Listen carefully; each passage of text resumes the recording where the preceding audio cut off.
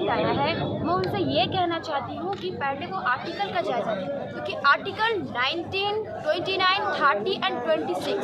ये कहता है कि यदि कोई भी व्यक्ति हो वो अपने धर्म के आधार पर मंदिर, मस्जिद, गिरजाघर, गुरुद्वारा का निर्माण कर सकता है और साथ ही साथ उनका रख रखाव भी कर सकता है। तो मैं ये अपनी सरकार से अपील कर रही हूँ कि आप हमारे सगे हैं, आप हमारी गुहार नहीं सुनिएगा तो फिर सुनेगा कौन, क्योंकि आप हमारे सदस्य हैं और जो भी बात आती है वो आप तक आती है। आप पहले हमसे राय लें, हमसे पूछें। जब आपके घर में हमारा कोई हक नहीं है तो हम अपने घर में आपको हक कैसे दें? आप ये बात कहते हैं कि ये जो वक्फ कानून बनाया है वो मुसलमानों के जो लेडीज़ है, औरतें हैं, उनके लिए बहुत फ़ायदेमंद है, लेकिन हमसे पूछिए कि ये फ़ायदा नहीं है, क्योंकि जहाँ तक हमें लगता है इसमें सिर्फ हमारा नाम लेके प्रोपेगेंडा चलाया गया है। क्योंकि जिस धर्म में हर एक व्यक्ति को अपना अपना विचार, अपना अपना समर्थन करने का सहयोग दिया गया है, आप उसको कैसे हथकड़ियों में बांध सकते हैं? जब आप अपने तौर से आज़ाद है तो मैं आपसे गुहार करती हूँ कि आप भी हमारे वक्फ ज़मीनों पर बुरी नज़र ना डालें, क्योंकि आप ये चाहते हैं कि आप हमारी वक्फ ज़मीनों को हड़प कर अब धंधों सेठों के पास दे दें। ये हम नहीं बर्दाश्त करेंगे, क्योंकि ये हमारी वक्फ मिल्कियत है और ये सालों से चली आ रही है। आप कहते हैं कागज़ दिखाओ, तो अब वो लोग जब मर गए, तूफान आए, कागजात उड़ गए, अब हम उनका कागज़ कहाँ से लाएंगे? जबकि ये पहले हो चुका था, 1995 में तय हो चुका था कि अगर कोई भी व्यक्ति ये सालों से अपना परंपरा चला आ रहा है कि वो वक्फ करता है, चाहे वो मंदिर हो, चाहे वो किसी भी स्थान में वक्फ करता है, तो वो वक्फ की ज़मीन मानी जाएगी और उसके मालिक वही कास्ट के लोग हैं, वही धर्म के लोग होंगे, ना कि आप हिंदू है, हम मुसलमान हैं। तो हम अगर आपके घर में हक नहीं मांग रहे तो आप हमारे घर में हक मांगेंगे। मैं आपसे अपील करती हूँ कि आप ये जो वक्फ कानून हमारी बहनों के लिए बोलते हैं कि फ़ायदा, विभिन्न पंचायतों से जितने भी हमारे मुस्लिम समुदाय के लोग थे, सभी लोग सरकार ने जो 2025 एक्ट वक्फ बोर्ड को लेकर के लाया है उसके विरोध में था। ये विरोध मार्च किसी समुदाय के विशेष में नहीं था, किसी धर्म विशेष के विरोध में नहीं था, बल्कि यह विरोध मार्च हमारा सरकार के उस एक्ट के खिलाफ था जो सरकार ने अभी यहाँ पर वक्फ को लेकर के नया बनाया है। हम चाहते हैं कि सरकार ने जो ये कानून बनाया है, सरकार उस काले कानून को वापस ले और यह संपत्ति हम लोगों की है, इस पर एकाधिकार हमारा होगा, बल्कि इस पर किसी दूसरे समुदाय के लोग या सरकार का नियंत्रण ना हो। जिस प्रकार से दूसरे समुदाय के संपत्तियों पर उनका अधिकार होता है, हमारे संपत्तियों पर हमारा अधिकार हो, इस पर हम किसी भी प्रकार के सरकार का या किसी अन्य समुदाय का अतिक्रमण बर्दाश्त नहीं करेंगे। इसको लेकर के हम लोगों ने आज ये रैली निकाली थी।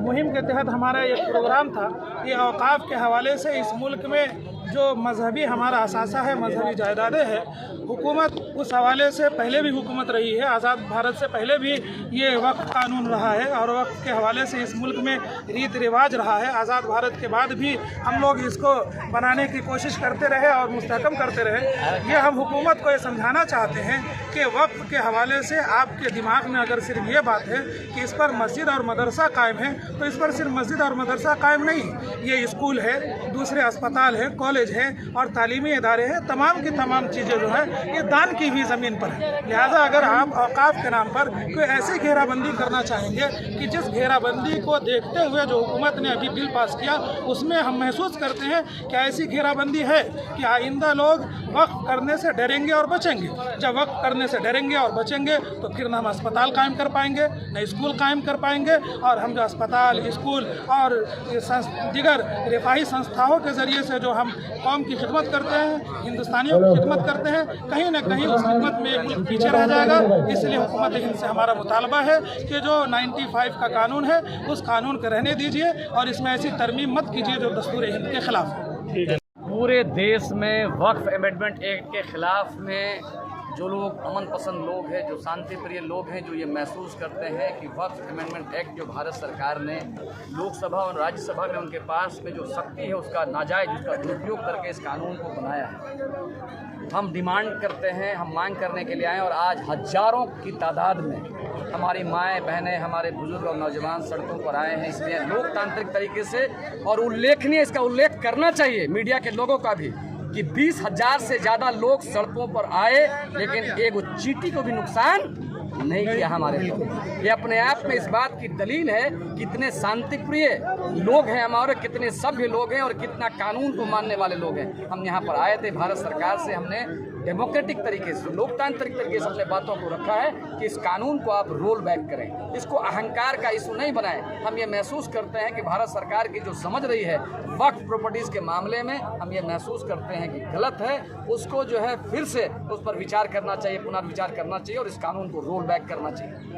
सर, पहलगाम में घटना हुआ, इस पर क्या ने कहा, आज हजारों की तादाद में यहाँ पर उपस्थित हमारे बुजुर्गों और नौजवानों ने, हमारी माओं और बहनों ने, हमारे उलमाओं ने, तहफ़्फ़ुज़ औक़ाफ़ कॉन्फ्रेंस के जितने भी जिम्मेदारान हैं, उन लोगों ने इस बात का डिमांड किया, इस बात का भी डिमांड किया कि पहलगाम में बेगुनाहों का जो कत्ल हुआ है वो किसी भी कीमत पर काबिल कबूल नहीं है। उसके दोषियों का जो लोग कातिल हैं उनको सज़ा मिलनी चाहिए और ज़रूरत हो तो बॉर्डर पार जा करके सज़ा मिलनी चाहिए। ये कार्यक्रम था दस्तूर-ए-हिंद में दिए गए जो अधिकार है उसकी रक्षा के लिए आज ये प्रोग्राम था। दस्तूर-ए-हिंद के बचाव के तहत ये प्रोग्राम था, वक्फ के बचाव के तहत ये प्रोग्राम था। क्या निर्णय लिया गया सर? यही निर्णय लिया गया कि दस्तूर के दायरे में रहते हुए जो हमारा अधिकार है, हम उस अधिकार का मुतालबा कर रहे हैं